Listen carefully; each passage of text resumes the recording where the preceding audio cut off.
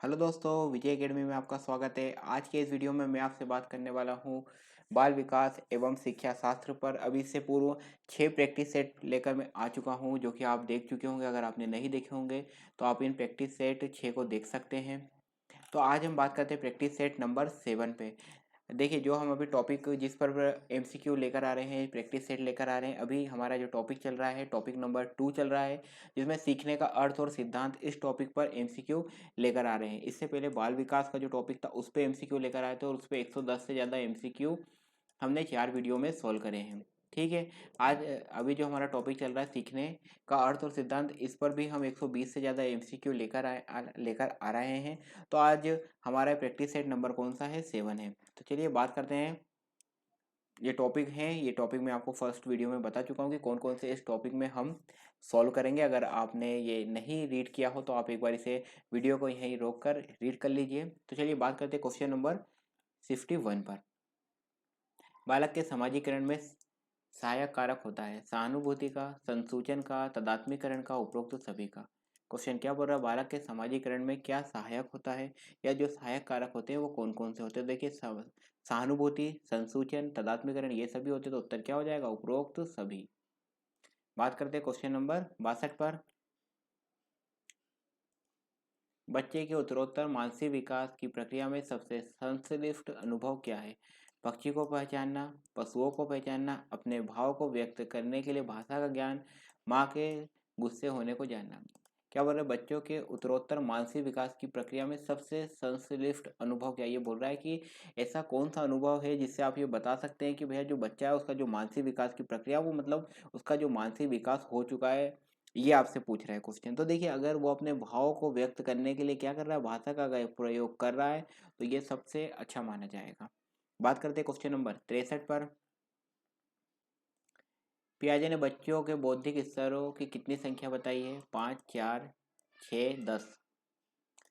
देखिए, किसने बताई है? पियाजे ने बताई है। क्या बौद्धिक स्तरों की संख्या कितनी बताई है? तो देखिए, पियाजे ने कितनी बताई है? 4 बताई है। बात कर लेते हैं क्वेश्चन नंबर 64 पर। एक आंतरिक बल जो प्रोत्साहित करता है, एक मिनट, एक आंतरिक बल जो प्रोत्साहित करता है और व्यवहारपरक प्रतिक्रिया के लिए बाध्य करता है एवं उस प्रक्रिया को विशिष्ट दिशा उपलब्ध कराता है, वो क्या कहलाता है? अभिप्रेरण, अध्यवसाय, संवेग, वचनबद्धता। देखिए, क्या बोल रहा है कि एक जो आंतरिक बल है, आंतरिक बल, देखिए बल भी दो प्रकार के होते हैं। एक आंतरिक बल होता है, एक बाह्य बल होता है। तो ये क्या बोल रहे हैं कि जो आंतरिक बल जो आपको मतलब अंदर से जो आपका एक मोटिवेशन आता है, और एक व्यवहार और पर क्या है, प्रतिक्रिया के लिए बाध्य करता, तो उस प्रतिक्रिया को विशिष्ट दिशा जो उपलब्ध कराता, उसको क्या कहा जाता है? तो आप समझ चुके होंगे, मैंने आपको बताया भी था कि अभिप्रेरण जो आपको अंदर से मोटिवेशन आता है, ताकि वो क्या होता है, मोटिवेशन आपको ये अंदर से आता है और आपको कोई काम करने के लिए क्या करता है? अभिप्रेरित करता है। तो ये क्या हो गया? देखिए, जो प्रोत्साहित करता है, मोटिवेशन प्रोत्साहित करता है आपको। व्यवहार परक प्रतिक्रिया, ये देखिए, तो इसलिए क्या हो जाएगा इसका आंसर? अभिप्रेरण। बात कर लेते हैं क्वेश्चन नंबर 65 पर। ये देखिए, एक आंतरिक बल जो प्रोत्साहित करता है और व्यवहार परक प्रतिक्रिया के लिए बाध्य करता है, उस प्रतिक्रिया को विशिष्ट दशा उपलब्ध कराता है, क्या कहलाता है? अभिप्रेरणा कहलाता है। अभिप्रेरणा मतलब मोटिवेशन। क्वेश्चन 65 पे बात करते हैं। वातावरण का वह बाहरी शक्ति है जो हमें प्रभावित करती है, किसने कहा था? एनाफ्टमी ने, रॉस ने, जैकलिन ने, फ्रॉबेल ने। देखिए, क्या बोल रहा है आपसे कि वातावरण वह बाहरी शक्ति है जो हमें प्रभावित करती है। तो ये भैया वातावरण जो है वो एक भारी शक्ति है, और वो हमें क्या करती है? प्रभावित करती है। तो ये किसने कहा था? तो देखिए, ये किसने कहा था? ये रॉस ने कहा था। बात कर लेते हैं क्वेश्चन नंबर 56 पर। देखिए, अगर आप इन टॉपिक्स को पढ़ने के लिए कोई बुक भी देख रहे हैं तो आप चक्षु पब्लिकेशन की ये बुक को बाय कर सकते हैं। यूपीटीईटी की ये बुक है। देखिए, उत्तर प्रदेश पात्रता शिक्षा परीक्षा की एक स्टडी गाइड है, जिसमें देखिए पेपर 1 ये जो कक्षा पहली से 5वीं तक के लिए है। इसके अंदर देखिए बाल विकास, हिंदी, इंग्लिश, गणित और पर्यावरणीय अध्ययन को कवर किया गया है। चक्षु पब्लिकेशन की बुक है। तो देखिए, इसके अंदर क्या है, 3000 से ज़्यादा एमसीक्यू भी है। साथ ही साथ प्रीवियस पेपर 2018 और 2020 के पेपर भी इसके अंदर दिए गए हैं। साथ ही साथ ये जो बुक है, इसे आप ऑनलाइन भी बाय कर सकते हैं। डिस्क्रिप्शन में लिंक है, वहाँ से आप बाय कर सकते हैं, या जो आपके नज़दीकी मार्केट है वहाँ से भी आप इस बुक को बाय कर सकते हैं। इस बुक में देखिए विशेषता के रूप में बात करें तो क्या, देखिए पूरी वो जो बुक है ये सिलेबस को कवर करती है। देखिए, बाल विकास अभी देखिए जो हमने फर्स्ट टॉपिक में एमसीक्यू सॉल्व करे थे 110 से ज़्यादा, इस टॉपिक पर हमने एमसीक्यू सॉल्व कर चुके हैं। तो अगर आपने उन वीडियो को नहीं देखा है तो आप देख सकते हैं, और ये टॉपिक नहीं रीड करें तो आप ये पढ़ सकते हैं। अभी जो हमारा टॉपिक चल रहा है जिसपे हम एमसीक्यू सॉल्व करें, ये टॉपिक पर अभी हम एमसीक्यू सॉल्व कर रहे हैं। इस टॉपिक पर भी हम 120 से ज़्यादा एमसीक्यू लेकर आएंगे, ठीक है। तो ये आप चाहें तो इस बुक से पढ़ सकते हैं। चलिए, तो देखिए ये जो बुक है क्या है, पूरे सिलेबस को कवर करती है। साथ ही साथ देखिए इसके अंदर बाल विकास, हिंदी, इस तरह ये पूरे सिलेबस को कवर करती हुई बुक है। इसके अंदर साथ ही साथ एमसीक्यू भी है, इंग्लिश है, गणित है।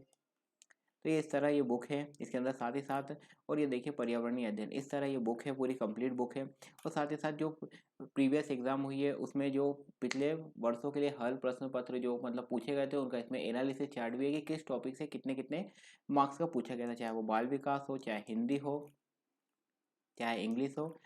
तो आप ये बुक चाहे तो नज़दीकी मार्केट से या ऑनलाइन डिस्क्रिप्शन में लिंक है, वहाँ से आप बाय कर सकते हैं। साथ ही साथ कुछ अन्य बुक भी आती है, जैसे इंग्लिश, बाल विकास एवं शिक्षण विधियाँ, गणित, हिंदी, पर्यावरणीय अध्ययन, संस्कृत और प्राथमिक स्तर की पूरी पूरी ये भी एक बुक आती है। तो इस तरह आप इन बुक्स को भी बाय कर सकते हैं। चलिए बात करते हैं हमारे अगले क्वेश्चन पे, क्वेश्चन नंबर 56 पर। मनोवैज्ञानिक थार्नडाई के अनुपयोग का नियम, देखिए क्या बोल रहा है, अनुपयोग का नियम, लॉ ऑफ डिसयूज किसे कहा है। लॉ ऑफ डिसयूज मतलब एक व्यक्ति, लॉ ऑफ देखिए दो प्रकार के होते हैं, law of use, law of disuse.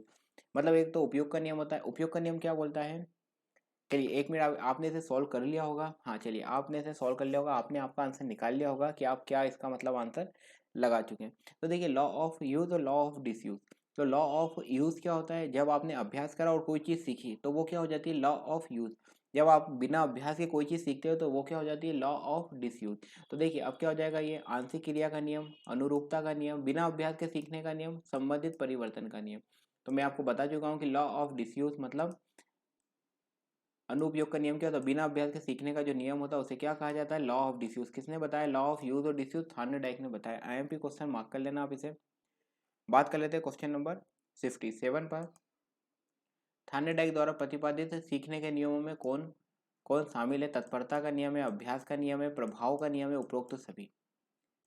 Thorndike ने देखिए प्रतिपादित के सीखने के नियम में क्या क्या सम्मिलित है ये आपसे पूछ रहा है। तो देखिए ये तत्परता, अभ्यास, प्रभाव सभी सम्मिलित है, तो उत्तर क्या हो जाएगा हमारा, उपरोक्त सभी। बात कर लेते हैं क्वेश्चन नंबर 58 पर। थार्नडाइक द्वारा प्रतिपादित सीखने के गौण नियम में कौन कौन सम्मिलित है। ठीक है, गौण मतलब होता है सेकेंडरी। ठीक है, मनोवृत्ति का नियम, बहु अनुक्रिया का नियम, आंशिक क्रिया का नियम, उपरोक्त सभी। देखिए क्या बोल रहा है आपसे क्वेश्चन, थार्नडाइक द्वारा प्रतिपादित सीखने के गौण नियम में कौन कौन सम्मिलित है ये आपसे पूछ रहा है। तो देखिए जो उसके गौण नियम होते हैं, जो सेकेंडरी नियम होते हैं, रूल होते हैं, उसमें मनोवृत्ति, बहुक्रिया का नियम और आंशिक क्रिया का नियम ये सभी सम्मिलित होते हैं। तो उत्तर क्या हो जाएगा हमारा, उपरोक्त सभी। बात करते हैं क्वेश्चन नंबर 59 पर। सीसीई में स्कॉलिस्टिक या ज्ञानार्जन के विषय में कौन कौन सम्मिलित है, जिससे सामान्य ज्ञान प्राप्त हो। वह विषय जिनसे भाषा का ज्ञान, अनुप्रयोग, गणना, वैज्ञानिक अभिरुचि, अतीत एवं वर्तमान का ज्ञान प्राप्त हो तथा कलाओं में रुचि हो। तथ्यात्मक जानकारी वाले विषय, स्वास्थ्य की जानकारी देने वाले विषय, आपने सॉल्व कर लिया होगा। ठीक है, बोले सीसीई में जो ज्ञान अर्जन के विषय होते हैं वो कौन कौन से होते हैं, तो आप सब ने सॉल्व कर लिया होगा। तो देखिए इसका ये सही उत्तर क्या है, ये बी। वह वह विषय जिनसे आपको क्या है, भाषा का ज्ञान हो, अनुप्रयोग, गणना, वैज्ञानिक अभिरुचि, अतीत तथा वर्तमान का ज्ञान प्राप्त हो। तो ये देखिए सीसीई में जो ज्ञान अर्जन के विषय होते हैं ये सभी होते हैं। बात कर लेते हैं क्वेश्चन नंबर 70 पर। ये बोल रहे एक अच्छी पाठ्य पुस्तक होती है, जो बुक होती है उसके क्या गुण होते हैं, ऊपरी साज सज्जा, उपयुक्त उदाहरण द्वारा विषय वस्तु प्रस्तुत करना, कम दाम, उचित भाषा। देखिए एक अच्छी पुस्तक का गुण क्या है ये पूछ रहा है आपसे। तो देखिए उपयुक्त उदाहरण के साथ जो विषय वस्तु होती है उसको प्रस्तुत किया जाता है, वो एक अच्छी पुस्तक होती है। बात करते हैं क्वेश्चन नंबर 71 पर। अधिगम के प्रमुख सिद्धांतों में कौन कौन से सिद्धांत शामिल है। थार्नडाइक का प्रयास एवं त्रुटि का सिद्धांत, पावलोव का संबंध प्रतिक्रिया का सिद्धांत, स्किनर का क्रिया प्रस्तुत का सिद्धांत, उपरोक्त सभी। आप सॉल्व कर चुके अधिगम जो होता है उसके अंदर देखिए कौन कौन से सिद्धांत सम्मिलित है। तो देखिए ये सभी सिद्धांत उसमें सम्मिलित है, चाहे थार्नडाइक का प्रयास हो, त्रुटि का सिद्धांत हो, पावलोव का संबंध प्रतिक्रिया हो, स्किनर का क्रिया प्रस्तुत सिद्धांत हो, या कोहलर का जो सूर्य और अंतर्दृष्टि का सिद्धांत होता है वो हो, चाहे जीन पियाजे के सिद्धांत हो, चाहे ब्रूनर के सिद्धांत हो, चाहे वाइगोत्स्की का सिद्धांत हो, ये सभी सिद्धांत का है कि अधिगम के सिद्धांत हैं। तो ये सभी इसके अंदर सम्मिलित होते हैं। ठीक है, क्वेश्चन नंबर बात करते हैं 72 पर। ब्रूनर के अनुसार शिशु अपनी अनुभूतियों को मानसिक रूप में कितने तरीकों से व्यक्त करता है? 8, 3, 16, 32। किसके अनुसार? ब्रूनर के अनुसार पूछ रहा है। ठीक है, ब्रूनर के अनुसार शिशु अपनी जो अनुभूतियों को मानसिक रूप से कितने तरीकों से व्यक्त करता है? तो देखिए कितने तरीके से व्यक्त करता है? 3 तरीके से करता है। ठीक है, अब अगर आपको पूछे वो 3 तरीके कौन कौन से होते हैं, तो देखिए ब्रूनर के अनुसार शिशु अपनी अनुभूतियों को मानसिक 3 तरीकों से करता है। एक तो सक्रिया विधि होती है, एक दृश्य प्रतिमा विधि और एक सांकेतिक विधि, इस तरह होती है। और देखिए एक और आपसे पूछा जा सकता है कि ब्रूनर ने जो 2 प्रकार की संबद्धता फिर भी बल दिया है, कौन कौन सी? एक तो व्यक्तिगत संबद्धता और एक सामाजिक संबद्धता। ठीक है, तो आपसे पूछा जाए कि अगर ब्रूनर ने जो शिशु अपनी अनुभूतियों को मानसिक रूप से कितने तरीकों से व्यक्त कर सकता है? 3 तरीकों से। या जो ब्रूनर ने संबद्धता बताई तो कितने प्रकार बताई है? 2 प्रकार की, एक तो व्यक्तिगत होती है और एक सामाजिक संबद्धता होती है। ठीक है, तो ये भी आपसे पूछा जा सकता है, सेकंड वाला क्वेश्चन भी। ठीक है, तो आप इसे भी याद कर लेना, इसके 2 प्रकार पे क्वेश्चन बन सकता है। बात कर लेते हैं क्वेश्चन नंबर 73 पर।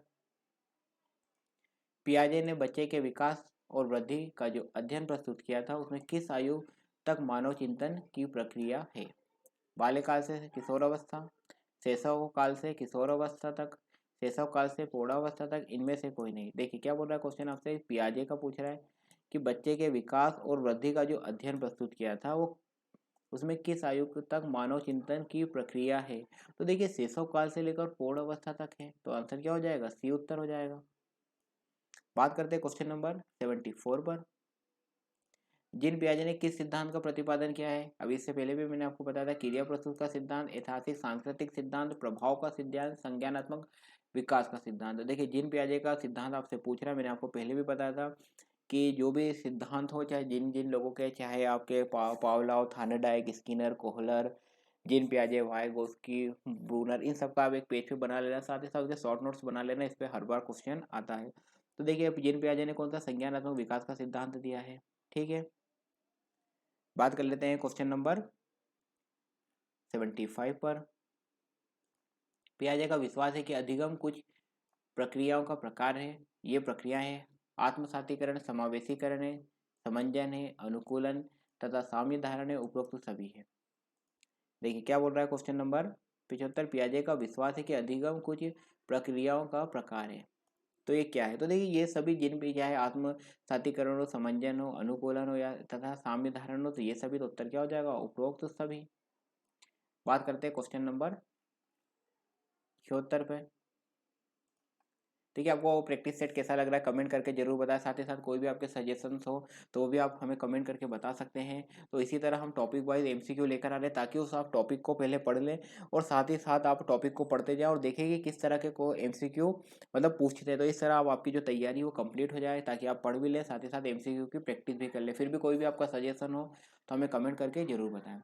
किस अवस्था में बच्चे की संज्ञानात्मक योजनाओं में इसका दुनिया के विषय में अवबोध और वे समन्वय सम्मिलित होते हैं जिनके द्वारा वह जगत के साथ बर्ताव करता है? पूर्व संक्रिय अवस्था है, मूर्त संक्रिय अवस्था, संवेदी प्रेरक अवस्था है, रूपात्मक संक्रिय अवस्था है। देखिए क्या बोल रहा है, किस अवस्था में बच्चे की संज्ञानात्मक योजना में इसका दुनिया के विषय में अवबोध वे समन्वय सम्मिलित होते हैं जिनके द्वारा वह जगत के साथ बर्ताव करता है। ये बोले कि एक बच्चा है, उस वो जो ऐसा मतलब जो समन्वय बिठाता है समाज के साथ, तो किस अवस्था में बिठाता है? ठीक है, आपको क्वेश्चन समझ में आ गया होगा। तो देखिए ये कौन सी अवस्था होती है? संवेदी प्रेरक अवस्था होती है। बात कर लेते हैं क्वेश्चन नंबर 77 पर। ठीक है, ये आपने नोट कर लिया होगा, संवेदी प्रेरक अवस्था है। बात करते हैं क्वेश्चन नंबर 77 पर। पूर्व संक्रियात्मक अवस्था बालक के विकास की दूसरी अवस्था है। इसका काल माना जाता है 1 से 5 वर्ष, 2 से 7 वर्ष, 2 से 6 वर्ष, 1 से 6 वर्ष। पूर्व संक्रियात्मक अवस्था बालक के विकास की दूसरी अवस्था है, तो इसका जो काल माना जाता है कब से कब तक माना जाता है? तो इसका काल देखिए 2 से 7 वर्ष तक माना जाता है। बात करते हैं क्वेश्चन नंबर 78 पर। किस अवस्था के अंतर्गत वर्गीकरण, संगठन अथवा संयोजन तथा तुलना करना शामिल है? संवेदी प्रेरक अवस्था में, पूर्व संक्रियात्मक अवस्था, पूर्व संक्रियात्मक क्रियावस्था में, मूर्त संक्रियावस्था में, रूपात्मक संक्रियावस्था में। देखिए क्या बोल रहा है, किस अवस्था के अंतर्गत वर्गीकरण, संगठन अथवा संयोजन तथा तुलना करना शामिल है। ठीक है, क्वेश्चन समझ में आ गया होगा आपको। तो ये जो मूर्ख संकीर्ण अवस्था होती है इसके अंदर देखिए तुलना और ये सब सम्मिलित हो जाता है। बात कर लेते हैं क्वेश्चन नंबर 79 पर। पियाजे के अनुसार अधिगम की चौथी एवं अंतिम अवस्था है रूपात्मक संकीर्ण अवस्था, मूर्त संकीर्ण अवस्था, पूर्व संकीर्ण अवस्था, संवेदी प्रेरक अवस्था। देखिए किसके अनुसार पूछ रहा है, पियाजे के अनुसार पूछ रहा है। जो अधिगम की चौथी एवं अंतिम अवस्था है वो क्या है। ठीक है, किसके अनुसार, पियाजे के अनुसार। तो देखिए रूपात्मक संकीर्ण अवस्था है, तो आंसर क्या हो जाएगा हमारा, उत्तर ए हो जाएगा। देखिए आपको प्रैक्टिस सेट कैसा लगा कमेंट करके जरूर बताएं, और आपका कोई भी सजेशन हो तो वो भी हमें जरूर बताएं। किस शिक्षा शास्त्री का मानना है कि अधिगम प्रत्यक्ष व्यवहार में परिवर्तन का फलन है। पावलोव, पियाजे, बीएफ स्किनर, उपयुक्त में से कोई नहीं। क्या बोला, किस शिक्षा शास्त्री का मानना है कि अधिगम प्रत्यक्ष व्यवहार में परिवर्तन का फलन है। किसका मानना है ये, तो ये बीएफ स्किनर का मानना है कि जो भी आपको प्रत्यक्ष अधिगम में प्रत्यक्ष व्यवहार में जो भी परिवर्तन का जो वो एक परिवर्तन का फलन होता है। तो ये भैया किसका मानना है, ये बीएफ स्किनर का मानना है। ठीक है, तो आपको बीएफ स्किनर का मानना है कि अधिगम प्रत्यक्ष व्यवहार में परिवर्तन का फलन है। मतलब आप सीखते हैं तो जो भी आपका प्रत्यक्ष व्यवहार उसमें क्या होता है, परिवर्तन होता है। व्यवहार में परिवर्तन परिवेश में हो रही घटनाओं उद्दीपनों के प्रति बच्चे की अनुक्रिया का परिणाम होता है। क्वेश्चन नंबर 81 पे बात करते हैं। बीएफ स्किनर के उद्दीपन अनुक्रिया सिद्धांत का मूल तत्व क्या है। अनुकूलन है, एक मिनट, अनुकूलन है, समंजन है, प्रबलन है, समावेशीकरण है।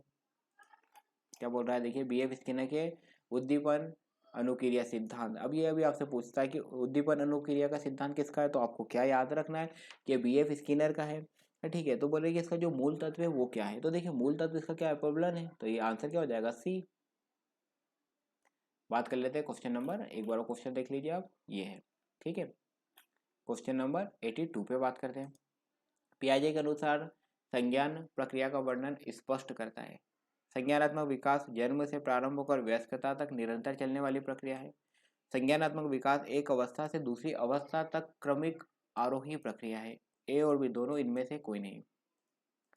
देखिए पियाजे के अनुसार जो संज्ञान प्रक्रिया का वर्णन स्पष्ट करता है, आप सॉल्व कर चुके होंगे, तो देखिए क्या है, ये दोनों आ जाएगा इसके अंदर, तो हमारा उत्तर क्या हो जाएगा, सी। ए और बी दोनों।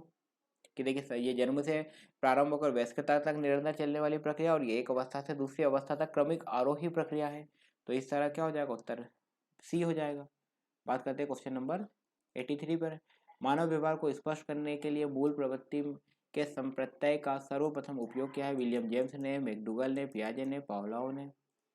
मानव व्यवहार को स्पष्ट करने के लिए मूल प्रवृत्ति के संप्रत्यय का सर्वप्रथम उपयोग किया है, तो किसने किया है, विलियम जेम्स ने। देखिए मैं दो बार क्वेश्चन क्यों पढ़ता हूँ, ताकि आप फर्स्ट बार में आपका आंसर सॉल्व कर लें, और साथ ही साथ आपको भी दो बार क्वेश्चन रीड करने की आदत हो, ताकि क्या हो कि आप सही क्वेश्चन मतलब आप उसका सही जवाब दे पाए, कहीं कुछ मिस तो नहीं हो गया। क्योंकि देखिए ये कॉम्पिटिटिव एग्जाम है, यहाँ एक एक मार्क्स का कंपटीशन है, तो आपको बहुत ही अच्छे से प्रश्न को पढ़ना है ताकि आप उत्तर सही दे पाएँ।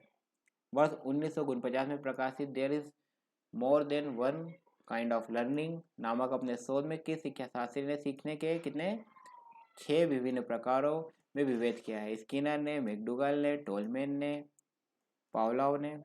देखिए there is more than one kind of learning कब हुआ था प्रकाशित, ये भी पूछ सकता है, तो 1949 में। तो भैया हमने सीखने के कितने प्रकार बताए थे, ये भी पूछ सकता है, तो सीखने के 6 जो प्रकार बताया उनमें उन्होंने विभेद किया था। तो भैया किसने किया था, ये आपसे क्वेश्चन पूछ रहा है, तो देखिए टोलमैन ने किया था। ठीक है, इंपॉर्टेंट क्वेश्चन है। अब बात करते हैं टॉलमैन द्वारा प्रतिपादित सीखने के प्रकार। मैंने आपको पहले ही बताया था, कब हुआ था इनका प्रकाशित, सब देखो आपको ये बताया था 1949 में। क्या था उसका नाम, there is more than one kind of learning.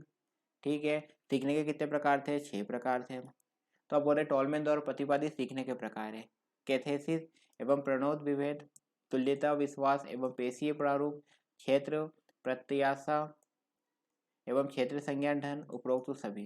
तो देखिए आपने सोल्व कर लिया होगा, इसका उत्तर क्या हो जाएगा, उपरोक्त सभी। अब देखिए इसके अंदर ये जो है ना कैथेसिस, ये उनका एक प्रकार हो गया, प्रणोद विभेद दूसरा प्रकार हो गया, तुल्यता विश्वास तीसरा हो गया, पेशीय प्रारूप चौथा हो गया। ठीक है, क्षेत्र प्रत्याशा पांचवा हो गया, एवं क्षेत्र संज्ञान ढंग 6 हो गए। तो ये जो उनके 6 प्रकार थे, यहाँ पे उनके 6 के नाम भी है। ठीक है, तो आपको पूरा समझ में आ गया। बात करते हैं क्वेश्चन नंबर 86 पर। अधिगम के क्षेत्र मनोविज्ञान सिद्धांत का प्रतिपादन क्या है? कोर्टलेविन ने, टोलमैन ने, स्किनर ने, बीने ने। क्या बोला? अधिगम के क्षेत्र मनोविज्ञान जो सिद्धांत है उसका प्रतिपादन किसने किया है? तो कोर्टलेविन ने किया है। तो उत्तर क्या हो जाएगा? ए। बात करते हैं क्वेश्चन नंबर 87 पर। संप्रत्यय निर्माण प्रक्रिया का प्रथम सोपान क्या है? कौन सा सोपान पूछ रहा है आपसे? फर्स्ट स्टेप पूछ रहा है, प्रथम सोपान। विश्लेषण, तुलना, अवलोकन, पृथक्करण। संप्रत्यय निर्माण प्रक्रिया का प्रथम सोपान क्या है? तो देखिए उसका जो प्रथम सोपान क्या होता है? अवलोकन करना होता है। तो उत्तर क्या हो जाएगा? सी। बात करते हैं क्वेश्चन नंबर 88 पर। सीखने में पलायन किस पर आधारित है? सीखने में पलायन मतलब क्या होता है? सीखने से आप क्या हो रहे? पलायन मतलब होता है दूसरी जगह जाना है या उससे दूर जाना है। तो किस पर आधारित है? सकारात्मक पुनर्बलन, नकारात्मक पुनर्बलन, ए और बी दोनों, इनमें से कोई नहीं। तो आपने सॉल्व कर लिया होगा। देखिए सीखने से पलायन मतलब आप सीखने से दूर भाग रहे हैं, तो ये कैसा है? ये एक तरीके का नकारात्मक पुनर्बलन है। तो उत्तर क्या हो जाएगा? बी। अब भैया देखिए आप क्या हो रहा है, अब आप सीखने से दूर क्यों भाग रहे होंगे? अगर आपको स्कूल में आप जाता है कोई भी बच्चा, अब उसे क्या हो रहा है? टीचर के द्वारा डांटा जा रहा है या मारा जा रहा है या उसे कोई कठोर दंड दिया जा रहा है, तो वो क्या हो रहा है? सीखने से दूर भाग रहा है। तो ये क्या हो जाएगा? नकारात्मक पुनर्बलन हो जाएगा। ठीक है, बात कर लेते हैं क्वेश्चन नंबर 89 पर। अभिक्रमित अनुदेशन का जन्म माना जाता है क्लासिकल कंडीशनिंग से, ऑपरेटिंग ऑपरेंड कंडीशनिंग से, उद्दीपन अनुक्रिया अधिगम से, उपयुक्त में से कोई नहीं। देखिए अभिक्रमित अनुदेशन का जन्म जो माना जाता है तो वो किससे माना जाता है? तो देखिए ऑपरेंट कंडीशनिंग से माना जाता है। ठीक है, बात करते हैं क्वेश्चन नंबर 90। भैया हमारे प्रैक्टिस सेट का आज का लास्ट क्वेश्चन है। तो आपके ये जो 61 से 90 तक हमने सॉल्व करे हैं, 61 से 90 तक हमने सॉल्व करे हैं, तो इसमें से आपके कितने मार्क्स हुए इन 30 क्वेश्चनों में? ये भी आप कमेंट करके बताएं। वीडियो कैसा लगा कमेंट करके बताएं। लाइक और शेयर करना बिल्कुल भी ना भूलें। और अगर आपने अभी भी विजय एकेडमी के चैनल को सब्सक्राइब नहीं किया हो तो चैनल को सब्सक्राइब करें। तो चलिए बात करते हैं इस लास्ट क्वेश्चन पर। फिर मिलेंगे अगले प्रैक्टिस सेट में, जिसमें ये जो लर्निंग वाला टॉपिक है, सीखने वाला जो टॉपिक है, इस टॉपिक को हम पूरा कंप्लीट कर देंगे। तो इस तरह हमारे एमसीक्यू में 2 टॉपिक कंप्लीट हो जाएंगे। एक तो बाल विकास कंप्लीट हो जाएगा और एक सीखने का टॉपिक हमारा जो है वो कंप्लीट हो जाएगा। ठीक है,